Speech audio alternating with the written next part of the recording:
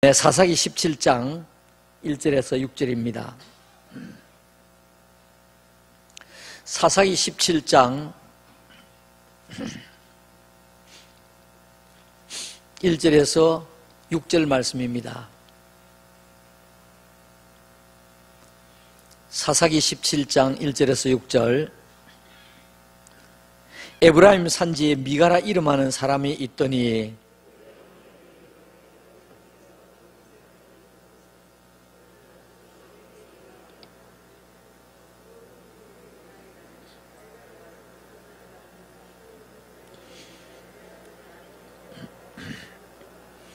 미가가 은 1,100을 그의 어머니에게 도로 주매 그의 어머니가 이르되 내가 내 아들을 위하여 한 신상을 새기며 한 신상을 부어 만들기 위해 내 손에서 이 은을 여호와께 거룩히 드리노라. 그러므로 내가 이제 이 은을 내게 도로 주리라.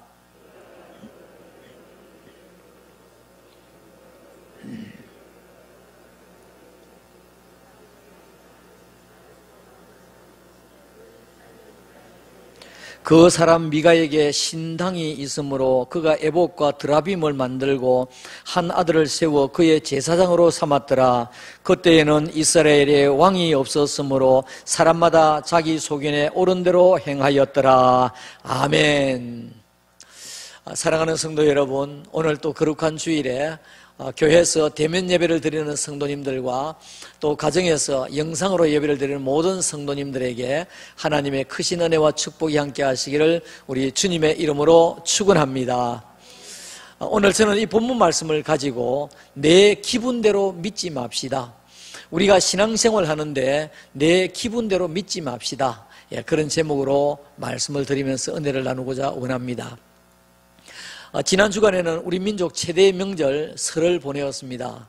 여러분 설을 어떻게 보내었는지 모르겠습니다만은 저는 마음이 좀 불편하게 보내었습니다.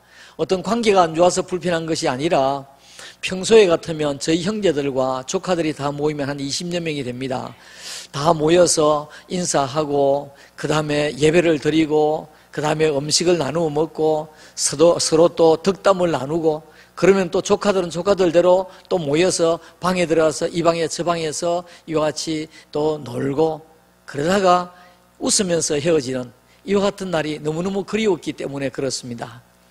여러분 그러나 이제 또 코로나가 1.5단계로 격화되었으니까 우리 빨리 이 코로나가 물러갈 수 있도록 여러분 기도하시고 또 우리 나라를 위해서 또 우리 자신이 또 지침을 잘 지키면서 이렇게 나가시면 좋겠습니다. 사사기, 오늘 우리가 보았던 이 사사기는 1장에서 21장까지가 있습니다. 그런데 성경을 읽다가 보면 1장에서 16장까지 읽고 17장부터는 분위기가 완전히 달라집니다. 1장부터 16장까지는 어떤 내용이냐 하니까 가나안 땅을 점령을 하고 그 다음에 이제 블레셋을 또 물리치고 블레셋이 제일 힘들었던 이와 같은 이방 족속이었으니까요. 블레셋을 물리치고 그리고 이제 나타난 사사가 삼손이라는 사사가 나타납니다. 삼손이 나타나서 그가 죽는 장면까지가 16장에 나옵니다. 그러다가 이제 17장에 가서는 분위기가 완전히 달라지는데 그 이유는 이 17장부터 21장까지는 사사기 시대의 시대상을 보여주는, 그러니까 뭐 점령하고 또 사사가 나타나고 이런 것이 아니고 이 사사시대의 시대상을 보여주는 그런 내용이 17장부터 21장까지 나오고 있습니다.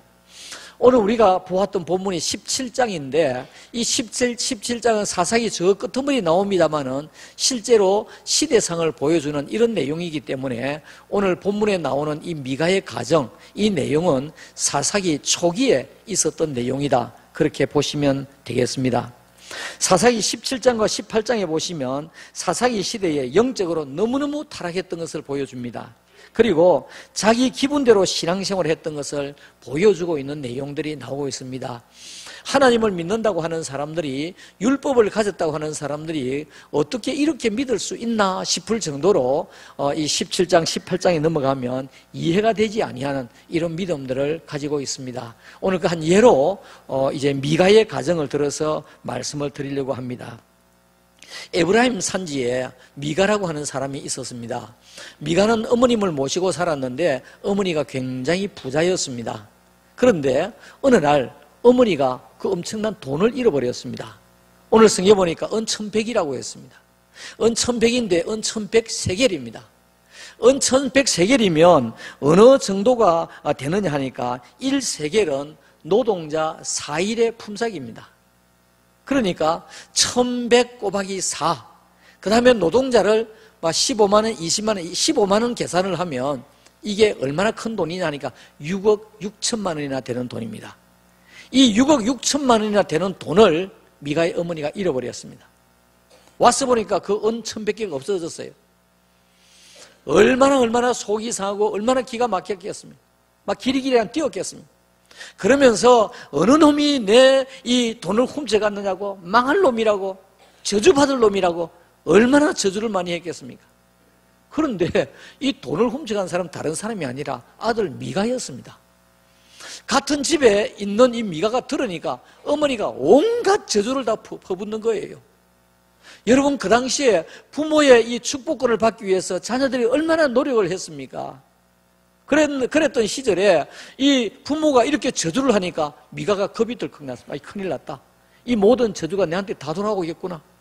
그래서 은 1100개를 가지고 어머니에 갔습니다. 어머니, 제가 훔쳐갔습니다. 제가 돈이 여기 있습니다. 그랬어요. 그 어머니가 얼마나 당황을 했겠습니까? 아들이 훔쳐갈 거를 꿈에도 생각을 못했는데.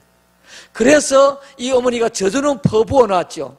그래서 하는 말이 여호와께서 복 주시기를 원한다 라고 하는 이야기를 하게 됩니다. 그래놓고도 이 어머니의 마음이 편치를 못했어요. 그래서 그 은 1100개 가운데서 200개를 구분해가지고 은장색에게 줍니다. 은장색에게 주어서 은신상을 하나 만들어 달라고 했습니다. 신상. 그래서 신상을, 아들을 위해서 신상을 만들었는데 그 신상을 만들어 가지고 이 미가의 가정에, 미가의 가정도 신당이 있었어요. 그 신당에 신상을 갖다 세웠다라고 하는 내용이 본문에 있습니다.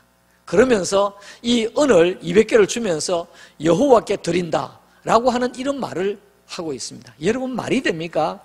지금 신당이 있고 신상을 만들어서 이것을 가져 드리면서 여호와께 드린다, 말이 안 되는 이야기 아닙니까? 그런데도 이 당시의 사람들이 자기 기분대로 하나님을 믿었습니다. 자기 소견대로 하나님을 믿었습니다. 여러분, 오늘 우리가 살아가는 이 세상이 대단히 혼란스럽습니다. 영적으로 너무너무 혼란스러운 시대에 살고 있습니다. 이제는 이번에 코로나19 시대에 여기저기에서 이단들이 나타나면서 지난주간에 영생교에 또 많이 나타났습니다. 영생교 조희성이라는 사람이 죽었지 않습니까? 그 이단 중에 이단이거든요. 그러니까 믿지 아니하는 사람들은 다 똑같은 교회인 줄 알고 있습니다. 이렇게 영적으로 혼란한 시대에, 또 경제적으로 어렵고 혼란한 시대에 정치도 어디가 안까마귀고 어디가 쑥까마귀인지를 모르겠어요. 특별히 우리 부산에 보면 지금 저 김해공항이라고 그랬다가 가덕도 신공항이라고 그랬다가 저는 뭐가 뭔지를 모르겠습니다. 저는 아예 그건 보지를 않습니다. 괜히 보면 또 머리 아프고 또 다음에 또 뒤바뀔 수도 있고, 그래서 보지를 않습니다. 얼마나 지금 우리나라에 영적으로 혼란하고 경제적으로 어렵고 정치적으로 지금 갈피를 못 잡고 있는 이런 시대에 우리가 살고 있습니다. 자, 이런 때에 우리 신앙마저도 우리 기분대로 믿어서는 안 되겠다는 말입니다. 오늘 우리 신앙은 하나님의 말씀 중심으로 하나님께서 원하시는 그 길로 우리가 신앙생활을 해야 되겠다는 것입니다. 오늘 이 본문 말씀 가운데서 얻고자 하는 교훈 몇 가지를 말씀을 드리겠습니다. 첫째로, 우리는 신앙생활을 할 때에 내 기분에 따라 믿는 사람이 절대로 되지 마십시다. 내 기분에 따라 믿는 사람이 절대로 되지 마십시다. 본문에 등장하는 미가가 살았던 지역이 아까 제가 어느 지파라고 했습니까? 에브라임 산지, 에브라임 지파입니다. 여러분, 요즘에 인터넷이 얼마나 발달했는지 여러분 집에 가셔서 그 네이버나 다음에 이런 데 검색 사이트에 넣어가지고 이 에브라임 글자를 치고 탁 치면요, 바로 이스라엘 지도가 쫙 나옵니다. 이스라엘 지도가 나와요. 그걸 보면 이 에브라임이 어디에 있느냐니까 이스라엘의 남북 그 중간에, 그러니까 북쪽에서 남쪽까지 그 중간쯤에 이 사해바다 서북쪽에 에브라임 지파 땅이 있습니다. 그런데 이 에브라임 그 산지 안에는 어떤 지역이 있느냐니까 베델이라고 하는 지역이 있습니다. 베델은 이스라엘의 종교의 중심지입니다. 그리고 조금 오른쪽에 보면 실로라고 하는 장소가 있어요. 실로는 어떤 장소냐 하니까 이스라엘 백성들이 가나안 땅에 들어와 가지고 들어와가지고 이제는 요단강 서편에서 동편으로 들어왔습니다. 들어와가지고 성막을 둔 장소가 있는데 그 장소가 바로 실로입니다. 실로. 장막을 두었는데 그게 실로. 거기에 법궤를 둔 장소, 실로가 바로 옆에 있습니다. 그러니까 에브라임 이 산지 지역은 어떤 지역이냐 하니까 종교의 성지라고 할 수 있는 이런 지역입니다. 그 지역에 사는 이 미가의 가정에 오늘 이런 일이 일어나게 되었다는 말입니다. 에브라임 산지는 근처에 종교의 중심지 베델이 있고, 그리고 법궤를 모신 하나님의 성막이 있는 실로가 있는 바로 그곳에 이 미가가 살고 있었던 것입니다. 미가의 어머니는 돈을 훔쳐간 사람이 자기 아들인 줄 모르고 막 저주를 퍼부었습니다. 저주를 퍼부었는데 나중에 보니까 이 도둑이 아들인 거예요. 그래서 너무 기가 막혀서 아들이 저주를 받을까 싶어서 사사기 17장 2절과 3절에 그의 어머니에게 이제 이 미가가 그의 어머니에게 이르되 어머니께서 은 1,100을 잃어버렸었으므로 저주하시고 내 귀에도 말씀하셨더니 보소서 그 은이 내게 있나이다. 내가 그것을 가져왔나이다 하니 그의 어머니가 이르되 내 아들아, 저주를 퍼부었는데 아들이 도둑인 거예요. 내 아들아, 여호와께 복받기를 원하노라 하니라. 미가가 은 1,100을 그의 어머니에게 도로 주매 그의 어머니가 이르되 내가 내 아들을 위하여 이럴 때 어떻게 되겠습니까? 하나님 앞에 회개하고 기도해야 될 텐데 내 아들을 위하여 한 신상을 새기며 한 신상을 부어 만들기 위해 내 손에서 이 은을 여호와께 거룩히 드리노라. 자, 여기 보니까 신상을 만드는데 얼마나 지금 신앙이 자기 기분대로 신앙이냐 하니까 신상 만드는데 신상 만들기 위해서 은 200을 구별하는데 거기서 하는 말이 이 은을 여호와께 거룩히 드리노라. 그러므로 내가 이제 이 은을 내게 도로 주리라. 그러면서 이제 이 은 200을 주면서 신상을 만들라고 지금 주고 있는 이런 장면을 보게 됩니다. 미가의 어머니는 아들이 저주를 받을까 싶어서 은 200을 주면서 이 은이 여호와께 거룩히 드린다라고 말하고 있습니다. 여러분, 얼마나 말이 되지 아니하는 이야기입니까? 얼마나 말이 되지 아니하는. 하나님께서는 다른 우상 섬기고 무슨 신상을 만들지 말라고 10계명에서 2계명에서 그렇게 말씀을 했는데 지금 다른 신상을 만들면서 하나님께 거룩히 구별해서 드린다고 말하는 이런 시대였다는 말입니다. 또 이뿐이겠습니까? 사사기 17장 4절과 5절 말씀에 미가가 그 은을 그의 어머니에게 도로 주었으므로 어머니가 그 은 200을 가져다 은장색에게 주어. 그러니까 이 아들이 또 어머니에게 다시 돈을 주었습니다. 그러니까 그 어머니가 200을 구분해가지고 은장색에게 주면서 한 신상을 새기고 한 신상을 부어 만들었더니, 그러니까 미가를 위해서 한 신을 만들어 무슨 이 어느 종교처럼 무슨 상 같은 것을 만들었다는 말입니다. 특정한 종교 이야기를 안 하겠어요. 무슨 상 같은 것을 만들었다는 말입니다. 부어 만들었더니 그 신상이 미가의 집에 있더라. 그 다음에 과간입니다. 한번 보십시오. 그 사람 미가에게 무엇이 있습니까? 신당이 있으므로 그가 그 신당에 무엇을 세웠습니까? 만든 신상을 세웠습니다.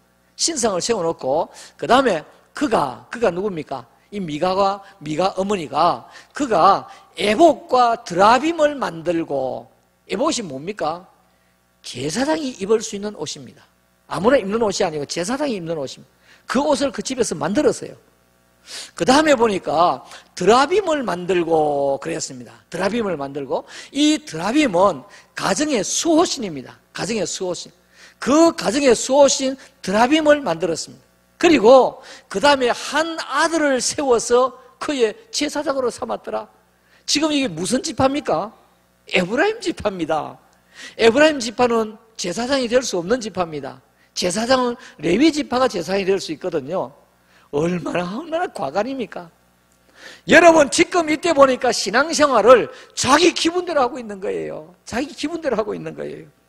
여러분, 오늘 이 미가의 가정에 보니까 자기 기분대로 엉터리로 신앙생활을 하고 있는데 하나님을 믿는다고 하는 하나님의 백성이고 그 근처에 종교의 도시 베델이 있고 그 근처에 실로가 있고 법궤가 있는 이러한 지역에 사는 이 사람이 그 가정에 신당을 만들어 놓고 거기에 신상을 세워놓고 에봇을 만들고 그 다음에 드라빔을 만들고 그 다음에 자기들이 임명을 해가지고 제사장까지 세운 이와 같은 신앙생활을 하고 있었더라는 말입니다.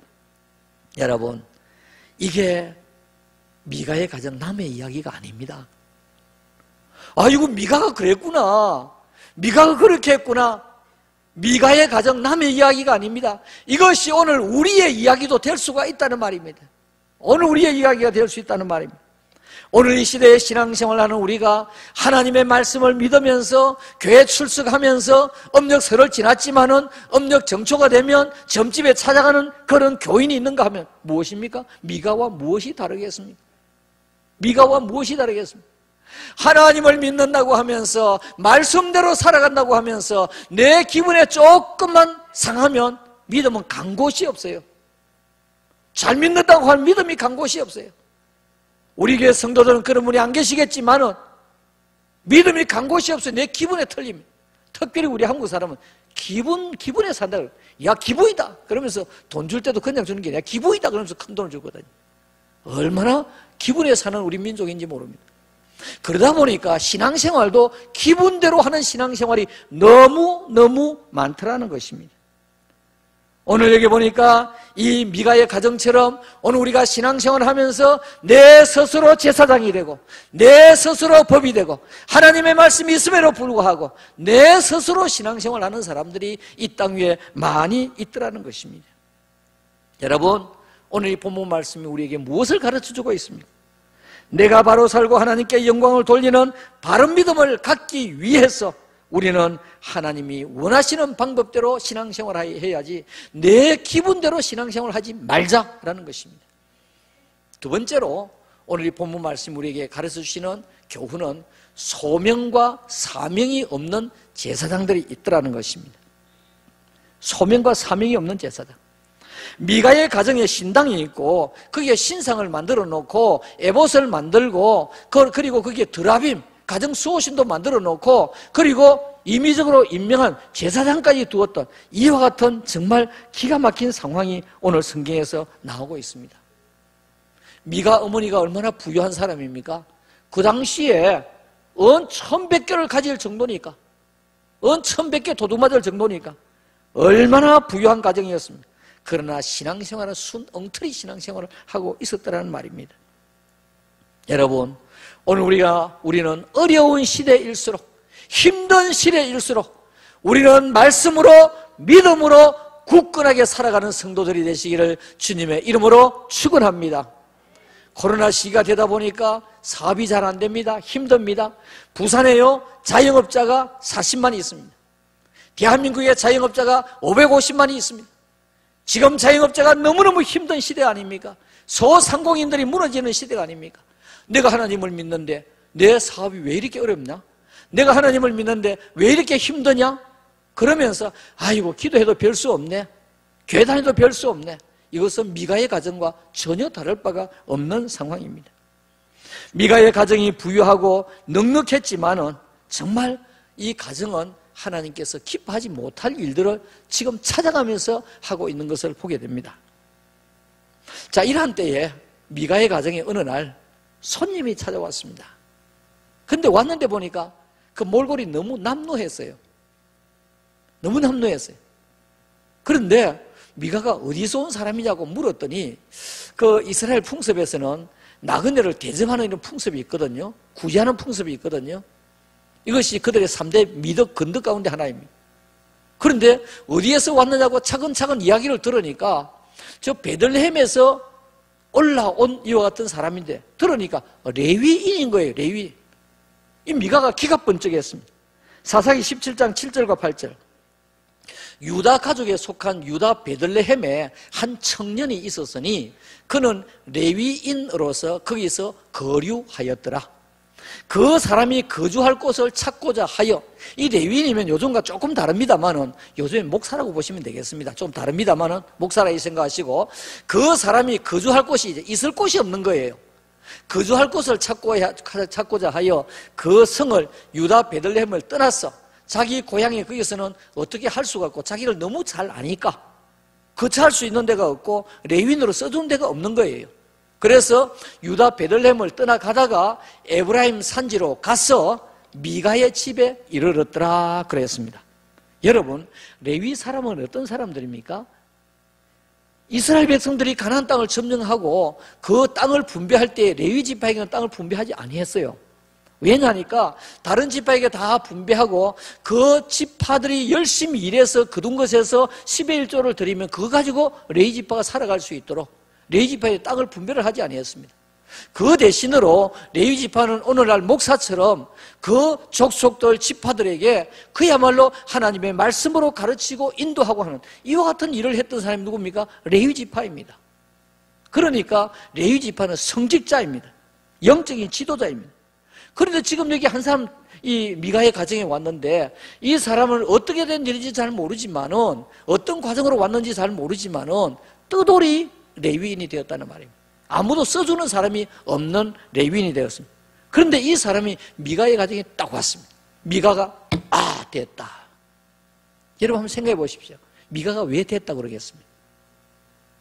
미가의 가정에 제사장을 세웠는데 레위 지파가 제사장이 되어야 되는데 레위 지파가 없다 보니까 자기 아들을 자기가 임명을 해가지고 제사장을 만들었어요.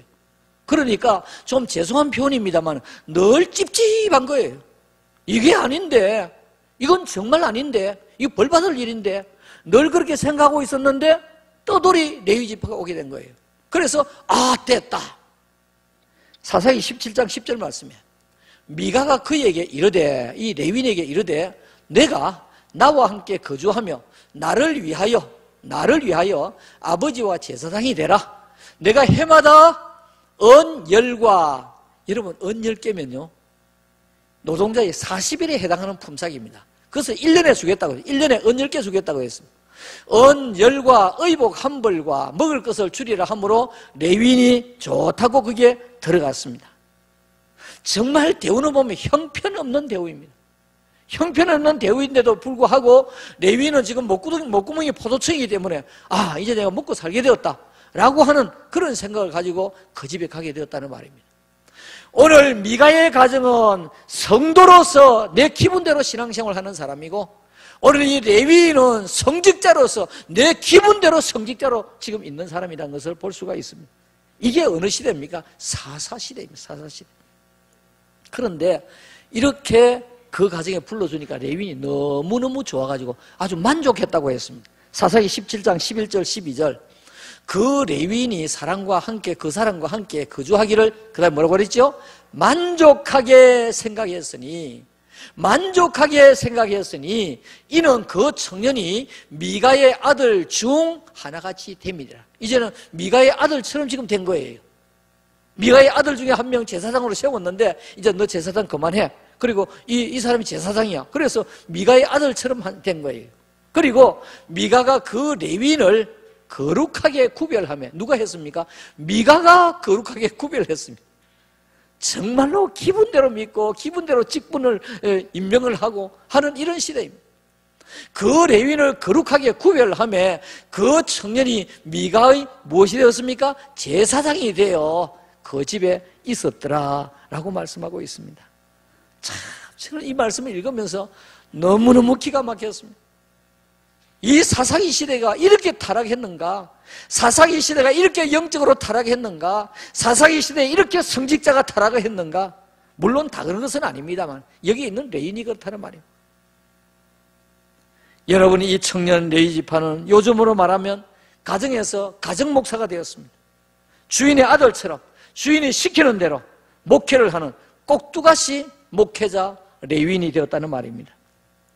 사사기 18장 4절에 그가 그들에게 이르되 미가가 이러이러하게 나를 대접하고 그가 누구겠습니까? 앞에 레위인이 그들에게 이르되 미가가 이러이러하게 나를 대접하고 나를 고용하여 이 레위 지파가 그 가정에 그냥 고용이 된 것입니다.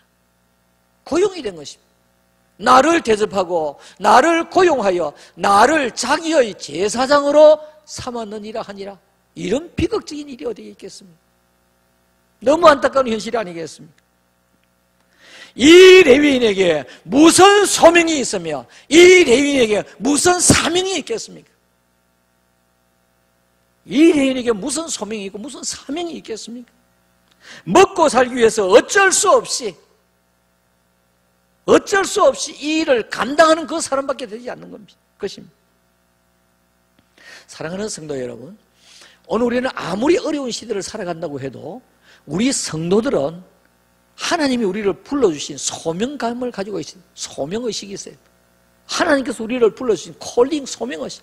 나는 하나님의 자녀이고 하나님의 백성이고 나는 예수 그리스도로 구속함을 받은 하나님의 백성으로 내가 이 땅을 살다가 죽으면 영원한 천국에 갈 것이라고는 확신을 가진 소명의식이 있어야 되는 것입니다. 이 소명의식이 있어야 우리는 세상을 살아가면서 주의 일을 하면서 사명의식을 가지고 살아가게 되는 것입니다. 지금 아이를 너무 안 낳다 보니까 지금 이제 학교마다 비상이 걸렸습니다.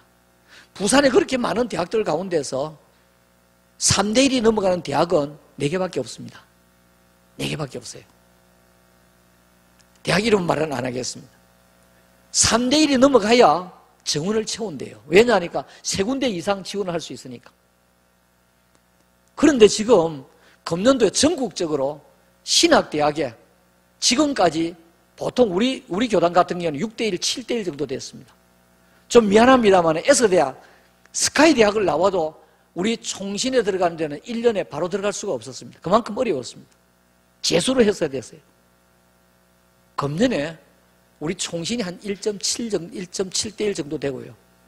그 다음에 장신이 1.2대1 정도 되고요. 거의 미달입니다.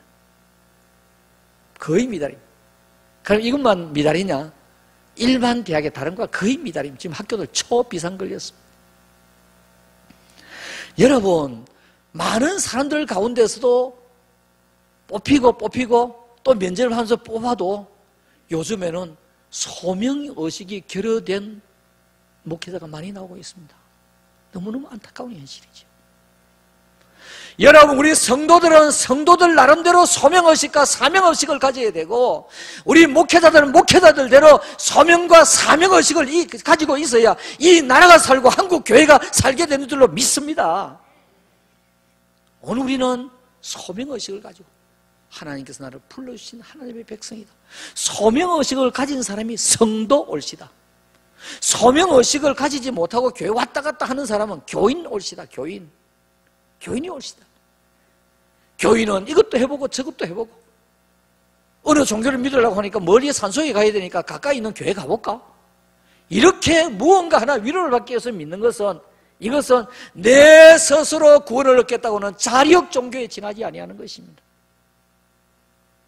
하나님께서 날 같은 거 구원해 주시고 나를 천국 백성 삼아주셔서 하나님의 자녀 삼아주셨다는 여기에 너무 감사해서 소명의식을 가지고 그래, 내가 살아있는 날 동안에 나는 주님 의지하고 주님의 일하면서 살리라. 선하게 믿음으로 살아가리라. 이런 사명의식이 있어요. 목사들도요. 이 소명의식과 사명의식을 가지고 목회를 해야 한국 교회가 살고 한국 교회 성도들의 영혼이 살게 되는 것입니다. 여러분, 제가 몇 년 전에도 한 10년 전에도 한번 그런 말씀을 드린 일이 있습니다. 행여나 여러분들이 다른 지역에 이사를 간다든지 여러분의 자녀들이 다른 곳에 가서 이사를 갔을 때 금방 거기에서 등록하지 마시고 거기에 한참 믿어보시고 그 다음에 연락을 해주시면 그 교회가 건전한 교회인지 알아보겠다고 제가 말씀을 드렸습니다. 대한예수교 장로회 간판이 있다고 해서 다 바른 것 아닙니다. 대한예수교 장로회 간판을 가지고 우리나라에 2교회가 한 교단이 된 교회도 있습니다. 그런 교단도 있어요. 여러분, 오늘 우리는 성도는 성도답게 소명의식과 사명의식을 가지고 있어야 됩니다. 오늘 목회자는 목회자답게 정말로 영혼을 살리는 이 구령사업의 제1선의 선봉장으로서 소명의식과 사명의식을 가지고 살아야 되겠다는 것을 오늘 본문이 우리에게 말씀하고 있습니다. 세 번째로 본문에서 얻을 수 있는 교훈은 영적인 혼란과 정치적인 혼란의 시대에 우리는 어떤 자세를 가져야 할 것이냐, 하는 것입니다. 사사기 18장과 19장에 보면 당시 사사시대의 상황이 어떠한지 소상하게는 알 수 없지만 대체로 알 수가 있습니다. 영적으로 너무너무 혼란한 시대였습니다. 그리고 정치적으로 너무 혼란한 시대였습니다. 비근한 예로 한 레위인이 자기의 첩을 데리고 이제 자기 집으로 가다가 베냐민 땅에 갔습니다. 거기서 하루 묵게 되었는데 그 지역에 있던 사람들이 그 첩을 내라고 어쩔 수 없이 첩이 이제 막 끌려나가듯이 나갔습니다. 강간을 한 것이 아니라 융간을 했습니다. 융간을. 그리고 이 첩이 아침에 돌아왔는데 돌아오자마자 문 앞에서 퍽 쓰러지더니 그냥 죽었습니다. 이 레위인이 얼마나 속이 상했겠습니까? 자기 첩을 집으로 데리고 왔습니다. 그리고 이 사실을 알려야 되겠다. 그래가지고 그 첩을 토막을 냈는데 12토막을 냈어요. 성경에 나오는 이야기입니다. 12토막이에요. 옛날에 한국에 토막 사건이 일어났을 때 너무너무 놀랐습니다. 어디서 생겼습니까? 송도에서 생겼습니다. 송도에서 생겼습니다. 그 이후로 여러 군데서 지금 토막 사건이. 이 레위인이 토막을 12토막을 내가지고 각 지파에 다 보냈습니다. 내가 이런 억울한 일을 당했다. 그랬더니 지파들이 일어나서 베냐민에게 향해서 이제 잘못했다고 말하라고 했습니다. 그런데 그러지 아니었습니다. 그래서 지파끼리 전쟁이 붙었어요. 베냐민 지파 거의 소멸할 정도까지 되었습니다. 이 정치적으로 시대 상황이 이렇게 부패했다는 것을 보여주고 있습니다. 여러분, 이 사람들에게 무엇을 우리가 기대할 수 있겠습니까? 여러분, 지금 우리가 살고 있는 이 시대가 너무 혼란스럽습니다. 왜 혼란스럽습니까? 코로나19로 말미암아 온 세계가 질서가 다 깨어졌습니다. 경제가 다 흔들리고 있습니다. 또 정치적으로도 누가 안까마귀인지 누가 쑥까마귀인지 잘 모르는 이런 시대를 지금 살고 있습니다. 우리의 마음이 너무 피폐했습니다. 너무 피폐했습니다. 저는 실행은 못했지만은 너무 예배를 올바르게 지금 드리지 못하니까 너무 속이 깝깝했어요. 어느 날 공주에라도 한번 올라갔으면 좋겠다. 그래서 비행기를 타고 목적 없이 하늘만 빙 돌고 내려오는 거 있지 않습니까? 뭐 돈 6만 얼마인가 주면요. 저걸 한번 타볼까? 이 생각까지 제가 가졌습니다. 너무 속이 깝깝하니까. 여러분, 오늘 지금 다 속이 깝깝하고 힘들 것입니다. 자, 그런데 이러한 어려운 때에 우리가 정신을 차려야 됩니다. 세상만 탓할 것이 아니라 우리 자신들이 더 정신을 차리고 우리 자신들이 더 믿음에 굳건하게 서고 우리 자신들이 더 기도하고 우리 자신들이 우리 자신을 위하여 교회를 위하여 한국을 위하여 더 기도해야 하나님께서 이 나라를 지켜주실 줄로 믿습니다. 영적인 혼란의 시대에 정치적인 혼란의 시대에 우리가 어떤 자세로 살아가야 할 것인가? 오늘 보니까 이 에브라임 지파 지금 법궤가 옆에 있고 그야말로 종교의 성지 베델이 옆에 있는데도 불구하고 이렇게 잘못 살아가는 잘못 믿는 이와 같은 사람들이 아니라 우리는 지금 힘들고 어렵지만은 우리가 기도하면서 우리 나라를 위해서 기도하고 어서 속히 백신이 들어와서 모든 백성들이 다 맞고 이제 마음대로 마스크 벗고 자유롭게 우리가 신앙생활하고 자유롭게 목장 모임을 가지고 오죽했으면 제가 이 목장 모임을 1년 또 이렇게 가야 되나 생각하니까 가슴이 너무너무 답답한 거예요. 그러다가 주음으로 해보자. 학교 선생님들이 학생들한테 주음으로 지금 수업하잖아요. 그걸 좀 생각하면서 주음으로 해보자. 그래서 지금 주음 교육을 하는 것입니다.